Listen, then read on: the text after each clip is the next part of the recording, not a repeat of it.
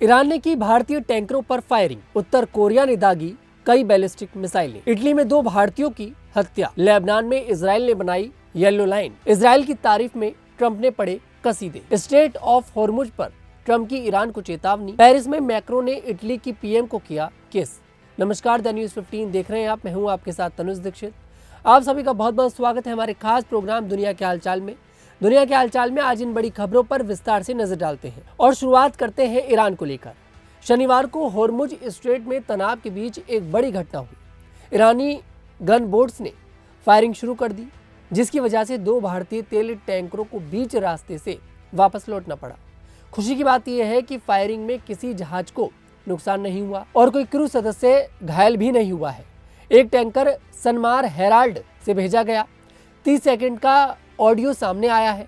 उसमें crew member डरते हुए ईरानी नेवी से कह रहा है, आपने मुझे आगे जाने की अनुमति दी थी, मैं आपकी लिस्ट में दूसरे नंबर पर हूँ, अब फायरिंग कर रहे हो, मुझे वापस जाने दो।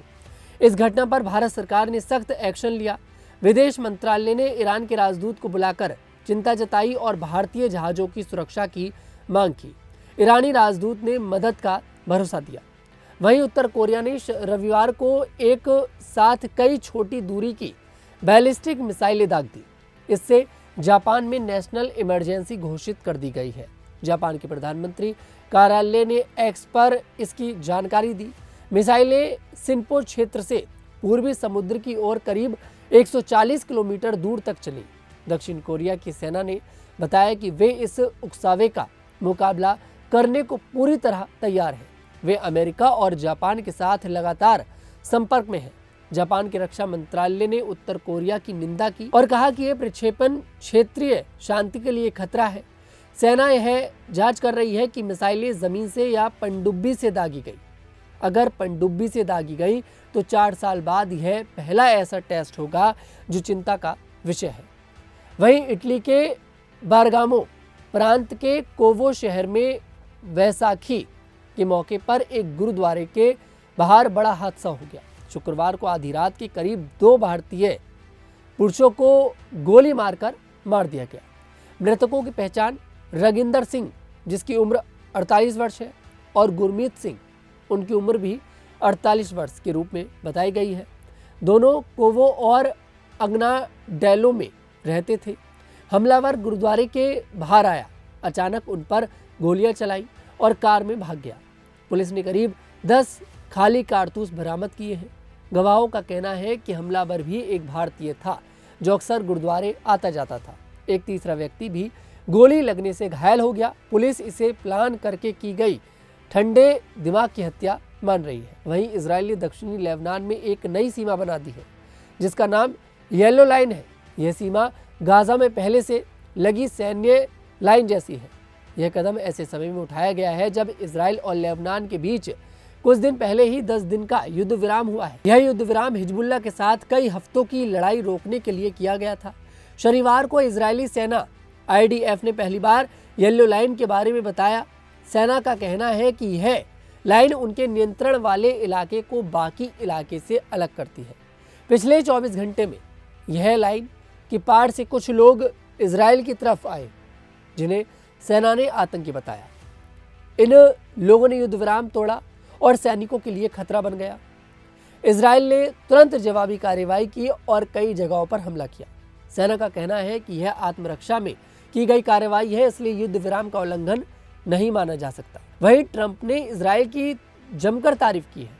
उन्होंने इजराइल को अमेरिका का बहुत अच्छा और वफादार दोस्त बताया। ट्रंप ने कहा कि इजराइल बहादुर, साहसी, बुद्धिमान और मजबूत योद्धा है। उन्होंने लिखा कि इजराइल अमेरिका के साथ कठिन समय में भी खड़ा रहता है और लड़कर जीतता है। दूसरी तरफ ईरान ने यूरोपियन देशों और नाटो की कड़ी आलोचना की। जब अमेरिका ने हॉर्मुज जलडमरू मध्य खुलवाने के लिए मदद मांगी तो फ्रांस, जर्मनी, इटली और ऑस्ट्रेलिया ने इनकार कर दिया। स्पेन ने अपना एयर स्पेस भी इस्तेमाल करने नहीं दिया। ट्रंप ने कहा कि नाटो देश कागजी शेर है, जब जरूरत पड़ी तो वे साथ नहीं आए। अब इसे याद रखा जाएगा। इस वजह से अमेरिका और नाटो देशों के बीच तनाव बढ़ गया है। वहीं हॉर्मुज जलडमरू मध्य को लेकर अमेरिका और ईरान के बीच तनाव बढ़ गया है। अमेरिकी राष्ट्रपति डोनाल्ड ट्रंप ने ईरान को कड़ी चेतावनी दे दी है। उन्होंने कहा है कि ईरान अब इस महत्वपूर्ण समुद्री रास्ते को बंद करके अमेरिका को ब्लैकमेल नहीं कर सकता। ट्रंप बोले, ईरान बहुत कमजोर हो चुका है। उनके पास न अच्छी नौसेना है, न वायुसेना और न ही मजबूत नेता। ईरान ने पहले इस रास्ते को 24 घंटे के लिए खोला, जिसमें कई टैंकर गुजरे, लेकिन जल्द ही उसने फिर से नाकाबंदी कर दी। ईरानी गनबोट्स ने एक टैंकर पर फायरिंग भी की। इस दौरान 2 भारतीय जहाजों को भी वापस लौटना पड़ा। एक सुपर टैंकर पर 20 लाख बैरल तेल था। भारत ने ईरान के राजदूत को भी देखिए तलब किया। वहीं पेरिस में स्ट्रेट ऑफ हॉर्मुज पर बुलाए गए अंतर्राष्ट्रीय शिखर सम्मेलन में इटली की प्रधानमंत्री जॉर्जिया मेलोनी पहुंची।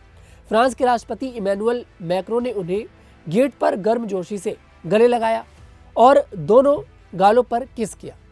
यह फ्रांसीसी संस्कृति में आम है, लेकिन मेलोनी अचानक चौंक गई। उनकी आंखें फैल गईं और फिर उन्होंने मुस्कान भरी मादक अदा से प्रतिक्रिया दी। दोनों नेता हंस पड़े। यह वीडियो सोशल मीडिया पर तेजी से वायरल हो गए।